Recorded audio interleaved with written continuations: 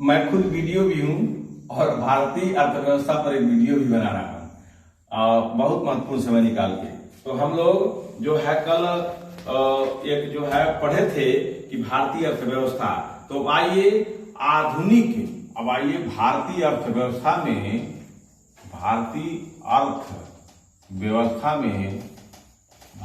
अर्थव्यवस्था में जो है दूसरे बिंदु पर चर्चा करते हैं कि आधुनिक अर्थशास्त्र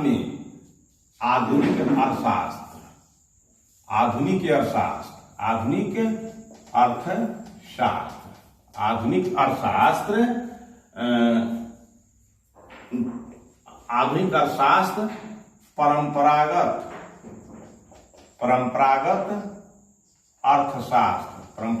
अर्थशास्त्र के बाद आधुनिक अर्थशास्त्र परंपरागत अर्थशास्त्र के बाद भी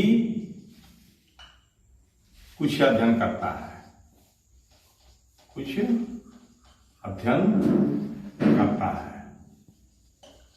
तो आइए हम आते हैं कि आधुनिक अर्थशास्त्र में कुछ संकल्पनाएं हैं। परंपरागत अर्थशास्त्र में तो आपने पढ़ा कि अर्थशास्त्र क्या है, अर्थशास्त्र का शाब्दिक अर्थ क्या है, अर्थशास्त्र की उत्पत्ति कैसे हुई और अर्थशास्त्र की जो है क्या जो है उसकी पैदाइशी कहां से हुई। लेकिन ये परंपरागत चीजें थी। अब उससे हट करके आधुनिक अर्थशास्त्र पर हम आते हैं कि भारतीय अर्थव्यवस्था में आधुनिक स्तर पर भी अर्थशास्त्र की कुछ व्याख्याएं हुई है, जिसमें यह है कि आधुनिक अर्थशास्त्र में किन किन बिंदुओं पर अध्ययन किया जाता है। तो आधुनिक अर्थशास्त्र में पहला बिंदु है कि राजस्व।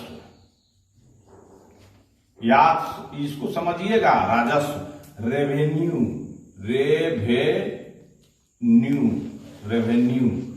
दूसरा है जन कल्याण।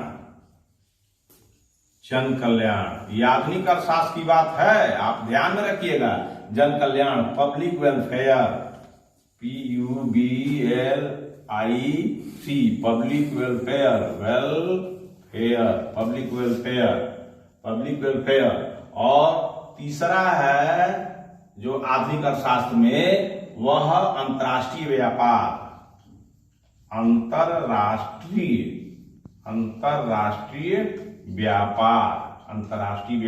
यह आधुनिक अर्थशास्त्र का बिंदु है। अंतर्राष्ट्रीय व्यापार, इंटरनेशनल ट्रेड, इंटरनेशनल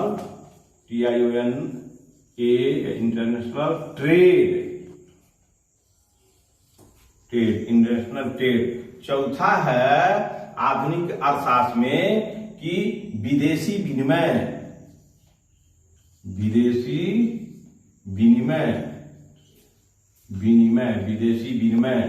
जो इसको कहते हैं फॉरेन एक्सचेंज, FOREIGEN, फॉरेन जो है एक्सचेंज, EXECHENG, फॉरेन एक्सचेंज।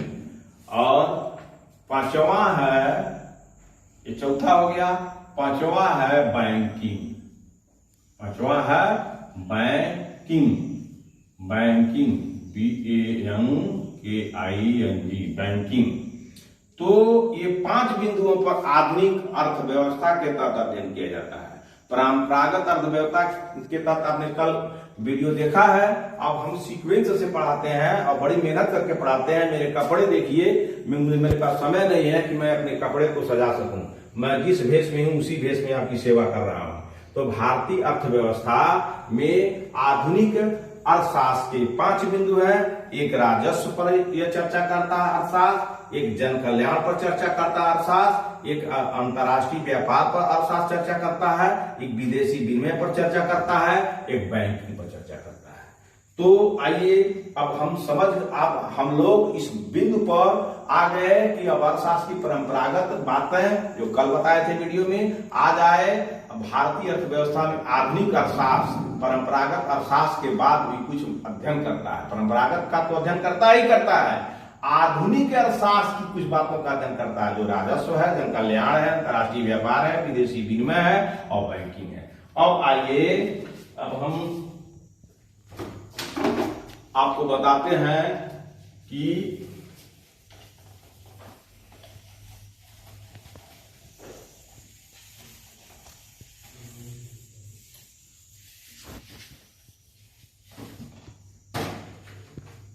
देखिए मैं आपको वीडियो बना रहा हूं, किंतु मैं एक वीडियो के पद पर भी हूं, अपना समय निकाल के आपको ये वीडियो बना रहा हूं।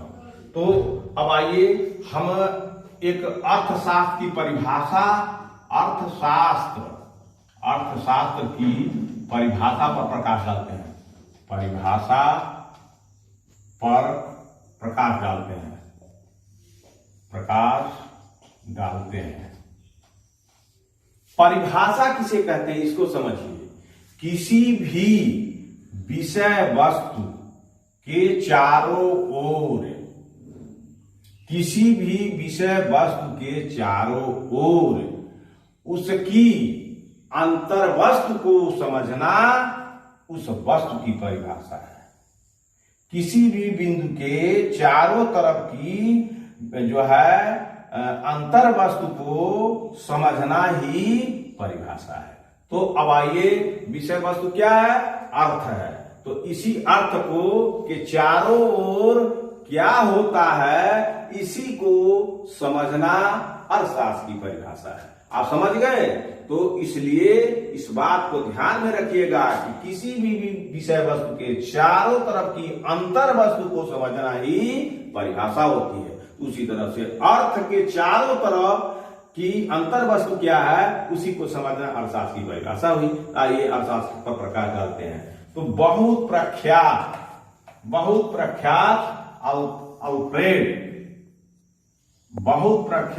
अल्फ्रेड मार्शल हैं। ये अर्थशास्त्री हैं। इन लोगों से अगर सीखा जाए तो बेरोजगारी भी दूर हो सकती है, लेकिन कोई प्रैक्टिकल उतारता नहीं है। ये कहते हैं अर्थशास्त्र मनुष्य के व्यवहार का अध्ययन करता है। यह कहते हैं अर्थशास्त्र मनुष्य के व्यवहार का अध्ययन करता है। अर्थशास्त्र मनुष्य के व्यवहार का अध्ययन करता है। अल्फ्रेड मार्शल कहते हैं कि ये अध्ययन करता है। किसका अध्ययन करता है? अल्फ्रेड मार्शल कहते हैं अर्थशास्त्र मनुष्य के व्यवहार का अध्ययन करता है। तो आप समझ लीजिए, इस पर पीएचडी करने की चीज है। कैसे मनुष्य के व्यवहार का अध्ययन करता है, आप इसको समझिएगा तो आपको समझ में आ जाएगा कि मनुष्य सब कुछ है, इसको क्या क्या जरूरी है, और जो जरूरत की चीजें सब अर्थ से ही प्राप्त होती है। इसीलिए मनुष्य के व्यवहार का अध्ययन करता है। अब दूसरे अर्थशास्त्री हैं एडम स्मिथ।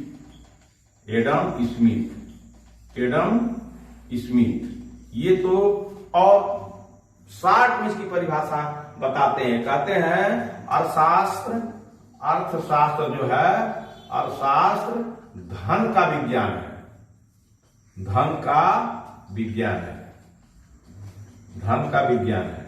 तो ये कैसे धन का विज्ञान है? विज्ञान का मतलब है धन को लाने के लिए, धन को की उत्पत्ति करने के लिए क्रमवाई क्या क्या करना पड़ेगा। जब वो क्रमवाई इसको करिएगा तभी वह धन की प्राप्ति होगी। इसलिए एडम स्मिथ का कहना है कि अर्थशास्त्र धन का विज्ञान है। यह धन को प्राप्त करने के लिए आइटम बाई आइटम क्या करना पड़ेगा कि धन प्राप्ति होगी। इसीलिए इन्होंने 60 में कह दिया अर्थशास्त्र धन का विज्ञान है। और विज्ञान का अर्थ हुआ कि 1 बाई 1 करके सीरियली किसी काम को करने, सजाने, व्यवहार में लाने का नाम ही विज्ञान है। इसीलिए अर्थशास्त्र धन का विज्ञान है, एडम स्मिथ का जो कहना है।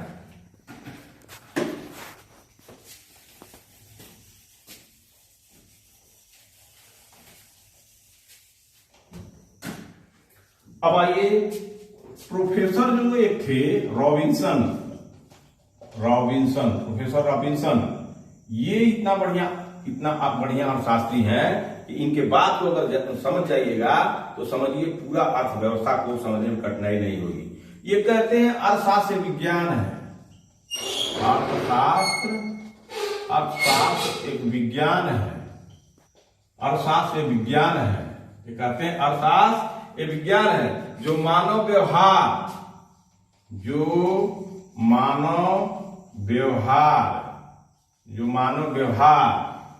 और उसकी आवश्यकताओं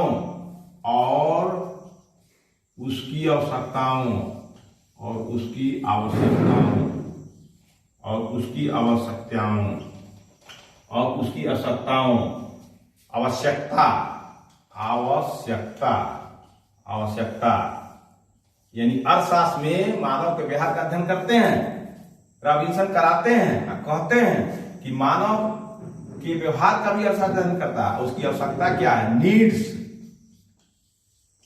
नीड्स आवश्यकता, और आवश्यकता और इच्छा, इच्छाओं, इच्छाओं, एक आवश्यकता एक इच्छाओं, डिजायर जिसे कहते हैं, डिजायर, DES, डिजायर, SIESIRES,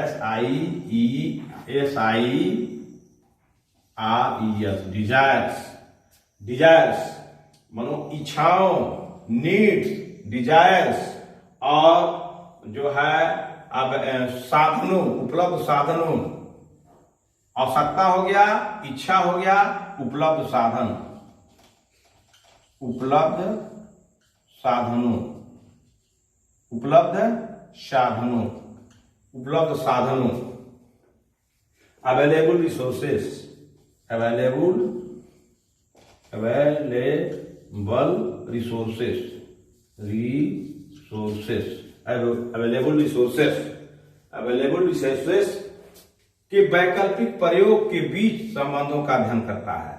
यानी आवश्यकता, इच्छा और उपलब्ध साधन तीनों के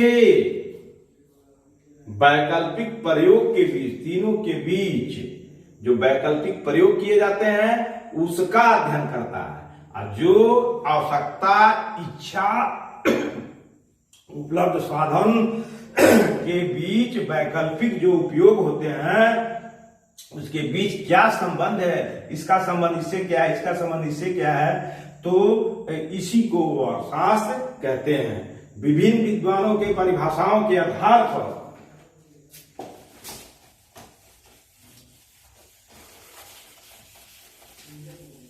विभिन्न विद्वानों के परिभाषाओं के आधार पर यह कहना उचित होगा कि अर्थशास्त्र एक विज्ञान है जिसकी धुरी, अर्थशास्त्र एक विज्ञान है, अर्थशास्त्र एक विज्ञान है, अर्थशास्त्र एक विज्ञान है, अर्थशास्त्र एक विज्ञान है जिसकी धुरी, जिसकी धुरी जो है धन है, जिसकी धुरी धन है, जिसकी धुरी धन है।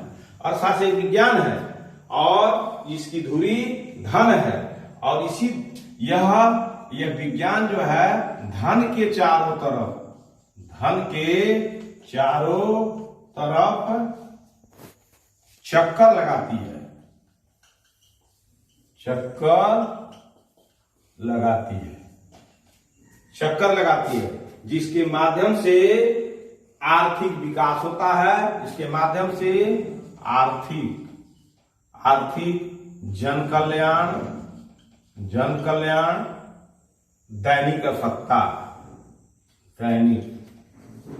दैनिक आवश्यकता, दैनिक आवश्यकताओं की पूर्ति की जाती है, पूर्ति की जाती है। बस यही तो बात है। तो भारतीय अर्थव्यवस्था में परंपरागत अर्थशास्त्र और आधुनिक अर्थशास्त्र। परंपरागत अर्थशास्त्र में आप धन के उत्पत्ति और उसकी क्या विशेषताएं हैं, वहां उसका जन्म कैसे होता है, और आधुनिक अर्थशास्त्र में जो है, आधुनिक अर्थशास्त्र में राजस्व का, जन कल्याण का, अंतर्राष्ट्रीय व्यापार का, विदेशी विनिमय का और बैंकिंग, इसका अध्ययन किया जाता है। तो हम अपनी वीडियो भारतीय राज्य व्यवस्था में यहां तक आते हैं, भारतीय अर्थव्यवस्था में आधुनिक संकल्प। तो आधुनिक संकल्प में राजस्व, जन कल्याण, अंतर्राष्ट्रीय व्यापार और विदेशी विनिमय और बैंकिंग, इसको हम लोग आज पढ़ लिए और उसकी परिभाषा भी पढ़ लिए कि अर्थशास्त्र मनुष्य के व्यवहार का अध्ययन करता है, अर्थशास्त्र धन का विज्ञान है, अर्थशास्त्र मनुष्य की आवश्यकताओं, मनुष्य की इच्छाओं और मनुष्य के जो है उपलब्ध साधनों के बीच में आपसी तालमेल से संबंध स्थापित करते हुए ये एक संबंध का अध्ययन करता है। और साथ ही साथ ये अर्थशास्त्र धन का विज्ञान होते हुए ये अर्थशास्त्र में सभी लोग धन के चारों तरफ चक्कर लगाते हैं, चाहे वह व्यक्ति का कोई भी पक्ष हो। इसीलिए अर्थशास्त्र को धन का ही विज्ञान कहा गया है और इसी धन के बीच चारों तरफ सभी लोग चक्कर लगाते रहते हैं। इसी बातों के साथ मैं आपको धन्यवाद देता हूं कि आप लोग इसको पढ़ें, समझें, बुझें, लिखें और याद करें। अब मैं वीडियो यहाँ आज क्लोज करता हूं और कल देखते हैं, टाइम मिलेगा, इलेक्शन से फुर्सत मिलेगी तो फिर कल भी एक अंतर्राष्ट्रीय स्तर पर अर्थशास्त्र की परिभाषा आपको